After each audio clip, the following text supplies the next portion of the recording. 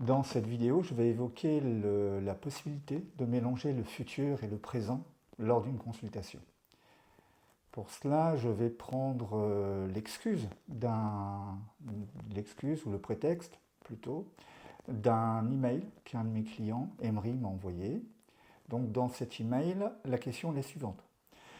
Est-il possible lors d'une consultation que le passé et le futur puissent se mélanger ? Visualiser des perceptions qui devraient être du futur, mais qui sont en réalité du passé.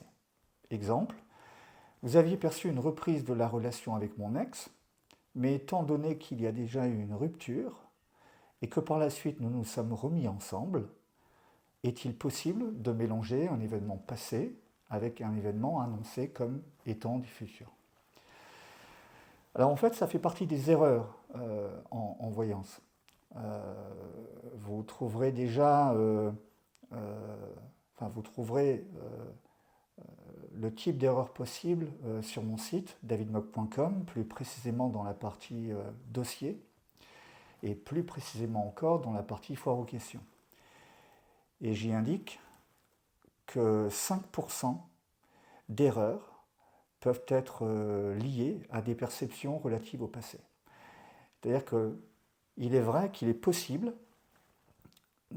tout en se concentrant sur un futur, de percevoir des événements passés et de penser qu'il s'agit d'une prédiction d'un événement futur.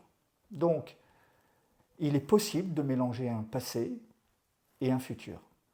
L'on perçoit un événement antérieur à l'actualité, au moment de la consultation.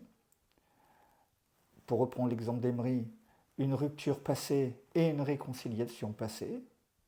Emery consulte maintenant, au moment où la nouvelle rupture a eu lieu. Je me concentre pour savoir s'il y a une réconciliation, et il est tout à fait possible, effectivement, de bonne foi, de faire une erreur en percevant un événement passé et en pensant qu'il s'agit d'un futur. C'est une erreur possible. Donc, hors de question de nier cette possibilité. Ce type de confusion, j'en parlais il y a quelques instants, fait partie des 5% d'erreurs possibles. Sur un total de 20% d'erreurs sur l'ensemble des consultations dues à différentes causes, il y a effectivement 5% d'erreurs possibles dues à un mélange lié au temps. Cela dit, personnellement, j'évite, ou plutôt j'exclus ce type d'erreur, étant donné que les perceptions liées au passé n'ont pas la même qualité, n'ont pas les mêmes couleurs, le même parfum que les perceptions liées au futur. Les perceptions passées sont beaucoup plus, beaucoup plus fades, moins colorées. C'est une image, mais c'est pour essayer de vous faire comprendre. Donc la qualité des perceptions n'est pas la même. Le parfum des perceptions n'est pas le même entre une perception liée à un passé et une perception liée à un futur. Donc, le fait de mélanger des temps fait partie des 5% d'erreurs possibles, comme je le disais.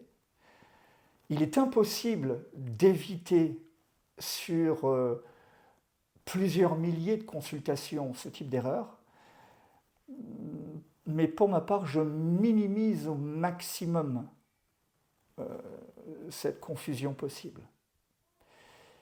Il y a assez peu de chances de faire cette erreur pour ma part, parce que j'arrive la plupart du temps à faire la distinction entre une perception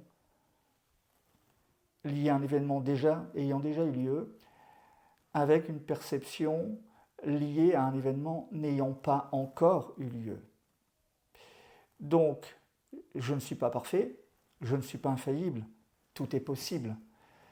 Mais lorsque j'ai des perceptions liées au futur, elles sont dans l'immense majorité des situations. Et lorsque je dis dans l'immense majorité des situations, elles sont dans plus de 95% liées effectivement au futur. Donc, je fais au mieux, je ne suis pas parfait, mais je fais tout pour éviter les erreurs.